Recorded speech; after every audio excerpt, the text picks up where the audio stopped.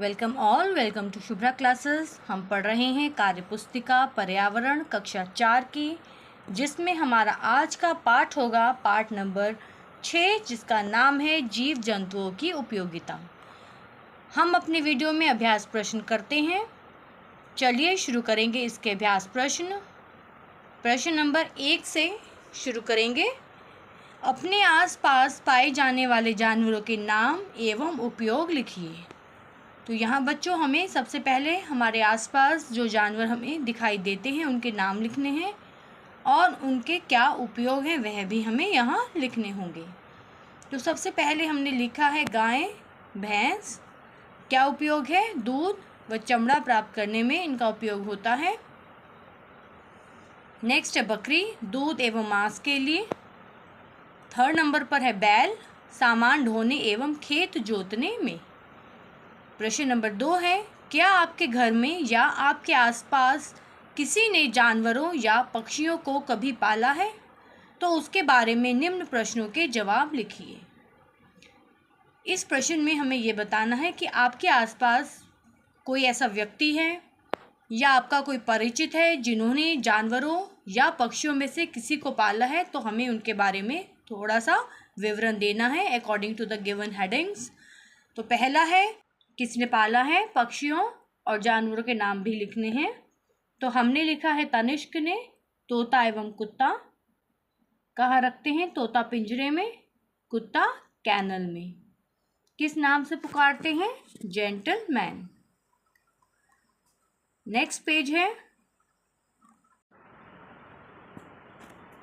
खाने के लिए क्या क्या देते हैं? चावल, दाल, रोटी, अंडा, पनीर, प्रोटीन, दही, और अगर तोते की बात की जाए तो हरी मिर्च, गाजर। देखभाल कैसे करते हैं? शैम्पू साबुन से साफ सफाई करने के बाद सुखाना और उनके खाने का ध्यान रखना। इस तरीके से उनकी देखभाल की जाती है। प्रश्न नंबर 3 है, मनुष्य पशुओं एवं पक्षियों को क्यों पालते हैं? क्या रीज़न है उनको पालने का? आंसर है पर्यावरण में सामंजस्य स्थापित करने के लिए। पहला कारण है पर्यावरण के लिए पशु एवं पक्षी दोनों ज़रूरी हैं। बहुत लोग शौक एवं सुरक्षा के लिए पालते हैं। इनसे खाने का सामान भी मिलता है। नेक्स्ट है प्रश्न नंबर 1, हमें कौन कौन सी खाद्य वस्तुएं किन किन जानवरों से प्राप्त होती हैं? निम्न तालिका में लिखिए। तो हमें ये तालिका को फिल करना है। सबसे पहला कॉलम है खाद्य वस्तुओं के नाम बताने हैं। फिर है किस जानवर से प्राप्त होती है? तो पहला है अंडा, मुर्गी आदि से हमें ये प्राप्त होते हैं। नेक्स्ट है मांस, बकरी आदि। दूध, भैंस, गाय, बकरी इत्यादि। प्रश्न नंबर 2 है, परिवहन के साधन के रूप में उपयोग होने वाले जानवरों के नाम लिखिए। आंसर है घोड़ा, गधा, ऊंट, हाथी, खच्चर, बैल आदि। नेक्स्ट आएंगे प्रश्न नंबर 3 पर, पहले के समय में संदेश वाहक के रूप में निम्न में से किस पक्षी का उपयोग किया जाता था? यहाँ 4 ऑप्शंस हैं। ये तो सभी को मालूम होगा, कबूतर का हम यूज़ करते थे। तो इन चारों में से जो कबूतर का चित्र है वह है द ऑप्शन करेक्ट है। प्रश्न नंबर 1 है, किसान बैलों का उपयोग किन कार्यों के लिए करते हैं? किसान बैलों का उपयोग खेत जोतने एवं वाहन के रूप में करते हैं। प्रश्न नंबर 2 है, हम गोबर का उपयोग किन किन कार्यों के लिए करते हैं? आंसर है गोबर की खाद बनती है जो खेतों में पौधों के उर्वरक के रूप में प्रयोग की जाती है। गोबर गैस बनाने में भी प्रयोग करते हैं। ईंधन के रूप में उपले बनाते हैं। तो इस प्रकार हम गोबर का उपयोग इन कार्यों के लिए करते हैं। प्रश्न नंबर 3 है, हाथी जिए तो लाख का और मरे तो 1.25 लाख का, ऐसा क्यों कहा जाता है? लिखिए। जीवित हाथी भी बहुत मूल्यवान है, परंतु जब उसकी मृत्यु हो जाती है तो उसके दांत एवं चमड़ा और हड्डी बहुत महंगी बिकती है।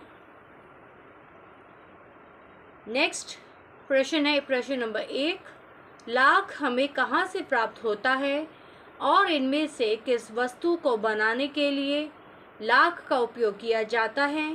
लाख से बनी हुई अन्य वस्तुओं के नाम लिखिए। तो सबसे पहले हमें इसका उत्तर देना है कि लाख हमें कहाँ से प्राप्त होता है। लाख कीट से प्राप्त होता है, जो एक प्रकार का कीट है जो पेड़ों पर रहता है। यह कीट एक विशेष प्रकार के राल अर्थात रेजिन का स्राव करता है, जिसे लाख कहते हैं। अब नेक्स्ट है, इन चारों में से किस वस्तु को बनाने के लिए लाख का उपयोग किया जाता है? तो जो सेकंड वाली इमेज है ये करेक्ट है। इसमें दिखाया गया है कि चूड़ियाँ बनाने में लाख का उपयोग होता है। नेक्स्ट है, इसी में लाख से बनी हुई अन्य वस्तुओं के हमें नाम लिखने हैं। अन्य वस्तुएं हैं श्रृंगार का सामान, सील के लिए एवं कुचालक के रूप में इसका उपयोग किया जाता है। फिर आते हैं प्रश्न नंबर 2 पर, ऊन हमें कहाँ से प्राप्त होता है और कैसे? ऊन हमें भेड़ों, बकरियों एवं याक से प्राप्त होता है। जब इनके बाल बड़े हो जाते हैं तो उनको काटकर मशीन द्वारा ऊन बनाया जाता है। आगे चलेंगे अगले प्रश्न पर। प्रश्न नंबर 3 है, ऊन का उपयोग करके हम किन किन चीज़ों को बना सकते हैं? ऊन का उपयोग करके हम स्वेटर, टोपी, मोज़ा, कोट एवं गलीचा बना सकते हैं। फिर है प्रश्न नंबर 4, पश्मीना शॉल किस लिए दुनिया में मशहूर है? यहाँ जो पिक्चर दिखाई गई है वह है पश्मीना शॉल की। पश्मीना शॉल कश्मीर में बनाया जाता है। यह अपनी गर्माहट एवं मुलायम और सुंदरता के लिए मशहूर है। प्रश्न नंबर 5 है, आपने मधुमक्खियों के छत्ते को कहाँ कहाँ देखा है? तो बच्चों आपने कहाँ कहाँ देखा होगा? पेड़ पर, घर की दीवारों पर, जंगल में आदि। चलिए अगला है प्रश्न नंबर 1, छत्ते में कितने तरह की मधुमक्खियाँ पाई जाती हैं? वे क्या क्या काम करती हैं? आंसर है इसका, प्रत्येक छत्ते में 3 तरह की मधुमक्खियाँ पाई जाती हैं। रानी अंडे देने का कार्य करती हैं, नर एवं मादा श्रमिक के रूप में होती हैं, मोम बनाना, छत्ता बनाना एवं रस एकत्रित करना। फिर प्रश्न नंबर 2 है, शहद बनने की प्रक्रिया को सही क्रम में लिखिए। तो यहाँ हमें कुछ इमेजेस दिखाई गई हैं, हमें इनको सही क्रम में लिखना है। क्रम कैसा होना चाहिए शहद बनने की प्रक्रिया का? तो क्रम हम देख सकते हैं, फर्स्ट नंबर पर है, सेकंड नंबर पर, थर्ड नंबर है, छत्ता तैयार हो गया, फोर्थ नंबर पर, फिफ्थ नंबर ये है और छठे नंबर पर यहाँ पर हमारा शहद बन करके तैयार हो जाता है।